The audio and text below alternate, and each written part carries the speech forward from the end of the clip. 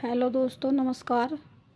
आज हम इस वीडियो में बात करेंगे दिल्ली में नौकरी की तलाश में आई एक बेबस लड़की और अपनी सहेली के साथ कुछ समय से रह रही थी, लेकिन उसकी सहेली को उसकी मानसिक स्थिति कुछ ठीक नहीं लगी और उसने उसके घर वालों को बुलाया, लेकिन घर वाले लड़की को लेने जाने में असमर्थ रहे। लड़की अपने माता पिता के साथ नहीं गई और कुछ समय से वह स्टेशन, रोडवेज और इधर उधर ही रह रही थी। एक दिन शाम को सड़क के किनारे चुपचाप गुमसुम बैठी हुई थी। थोड़ी ही दूरी पर एक कबाड़ी वाले की दुकान थी जिसका नाम प्रमोद बताया जा रहा है। 10 अक्टूबर 2024 की शाम थी और प्रमोद अपनी दुकान का सामान समेट रहा था। तभी उसकी नज़र रोड के पास बैठी हुई एक मासूम और चुपचाप गुमसुम लड़की पर पड़ती है। प्रमोद ने उस रात काफ़ी शराब भी पी रखी थी और वह अपनी दुकान का सामान समेटते समेटते उसके दिमाग में आता है कि वह उस लड़की के पास जाए और उससे कुछ बातें करे। प्रमोद उस लड़की के पास जाता है और उसे अपनी बातों में फंसाने की कोशिश करता है। उस लड़की को बैला फुसकाकर वह एक साइड में ले जाता है और उस लड़की की मानसिक स्थिति खराब होने का वह फ़ायदा उठाते हुए उसके साथ दुष्कर्म करता है। और वहाँ पर एक भिखारी भी आ जाता है जो ये काम करते हुए उसे देख लेता है। उस भिखारी का नाम शमसूल बताया जा रहा था और भिखारी जिसका नाम शमसूल था उसके दोनों पैर खराब थे। वह भीख मांगता था और अपना गुजारा करता था। भिखारी भी शराब के नशे में था। इस भिखारी की भी नीयत खराब हो जाती है और ये भी उस लड़की के साथ दुष्कर्म करता है और लड़की की इज्जत को तार तार कर देता है। दोनों बारी बारी से उस लड़की की मानसिक स्थिति का फ़ायदा उठाते हुए उसके साथ गलत काम करते रहते हैं और इन दोनों ने उसके साथ पूरी रात गलत काम किया। जब ये दोनों उस लड़की के साथ गलत काम कर रहे थे तब वहाँ पर एक ऑटो चालक जिसका नाम प्रभु महंतो था वो वहाँ पर आता है और इन दोनों को उस लड़की के साथ गलत काम करते हुए देख लेता है। ऑटो चालक भी शराब के नशे में था, उसका भी मन गंदा होने लगा ये सब देखकर और उसने भी इस लड़की के साथ गलत काम किया। ऑटो वाला यहीं पर नहीं रुका, वह लड़की को बिठाकर दूसरी जगह लेके गया। रात के अंधेरे में उसने दूसरी जगह ले जाकर उस लड़की के साथ फिर से बलात्कार किया। अपने गंदे इरादों को पूरा करने के बाद उसके दिमाग में आया कि वह वापस लेकर उस लड़की को चले। वह उसी जगह जहाँ से उसे लेकर गया था वापस अपने ऑटो को मोड़ देता है। दिल्ली की काली अंधेरी गलियों में उस लड़की को सराय काले खां कॉलोनी के पास ही झाड़ियों के पास फेंक देता है जैसे वह कोई सामान हो। उस लड़की की किसी भी चीज़ की परवाह किए बिना, उस लड़की के दुख दर्द को बिना समझे उसे सामान के तरह सड़क के किनारे फेंक देता है। लड़की खून में सनी हुई थी, लड़की को काफ़ी ब्लीडिंग हो रही थी और जब लड़की थोड़ी होश में आई तो वह उठकर चल पड़ी। लड़की खड़ी तो हो गई थी लेकिन उसकी हालत बहुत ज़्यादा ख़राब थी। उसको काफ़ी ब्लीडिंग आ रही थी और उसके सारे कपड़े खून में सन गए थे। कुछ कपड़े उसके फटे हुए थे और बाल बिखरे हुए थे। आसपास लोग उसे देखकर जा तो रहे थे पर कोई भी उसकी मदद करने के लिए आगे नहीं आ रहा था।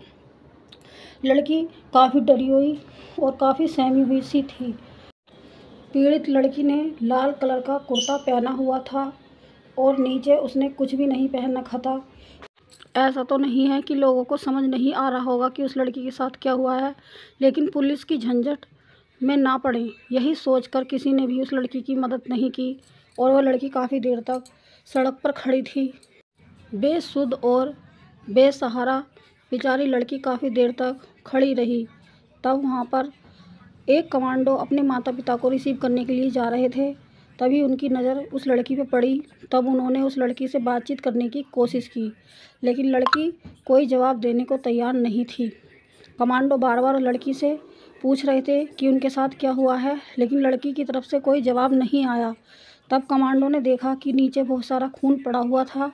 तब वह समझ गए कि उसके साथ कुछ अनहोनी हुई है। फिर उन्होंने पुलिस को फ़ोन किया। कुछ ही देर में पुलिस वहां पर पहुंच गई, लेकिन पुलिस को भी लड़की ने कोई जवाब नहीं दिया।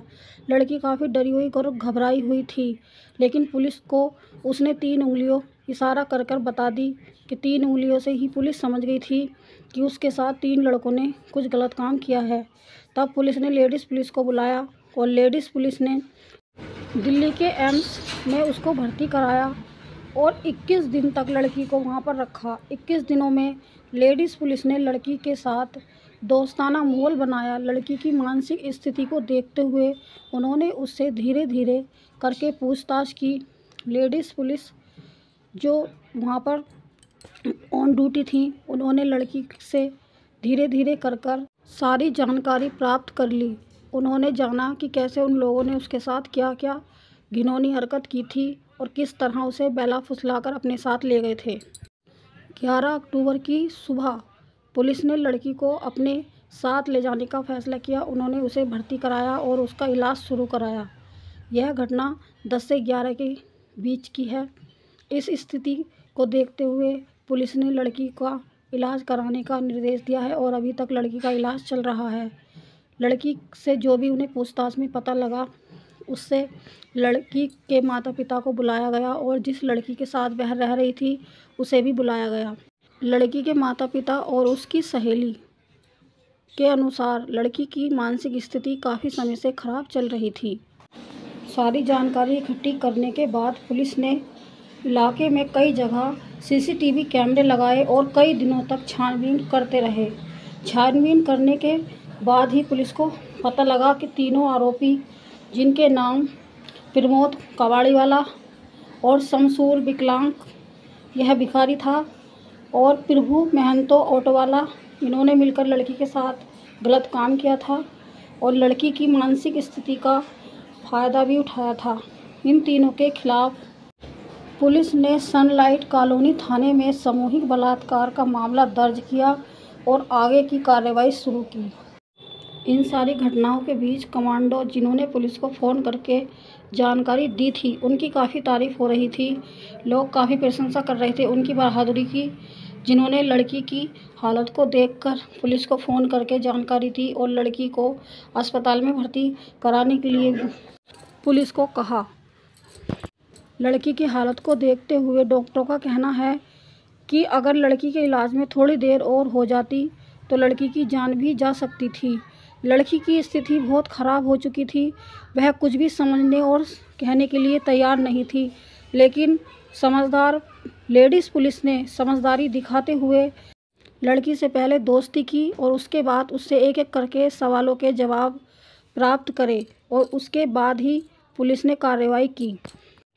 कई दिनों की छानबीन के बाद ही पुलिस को इस केस में सफलता मिली। तीनों अपराधियों को जेल में पुलिस ने डाल दिया है और उनके खिलाफ कड़ी से कड़ी कार्रवाई की जाएगी। इस वीडियो में इतना ही। जय हिंद, जय भारत।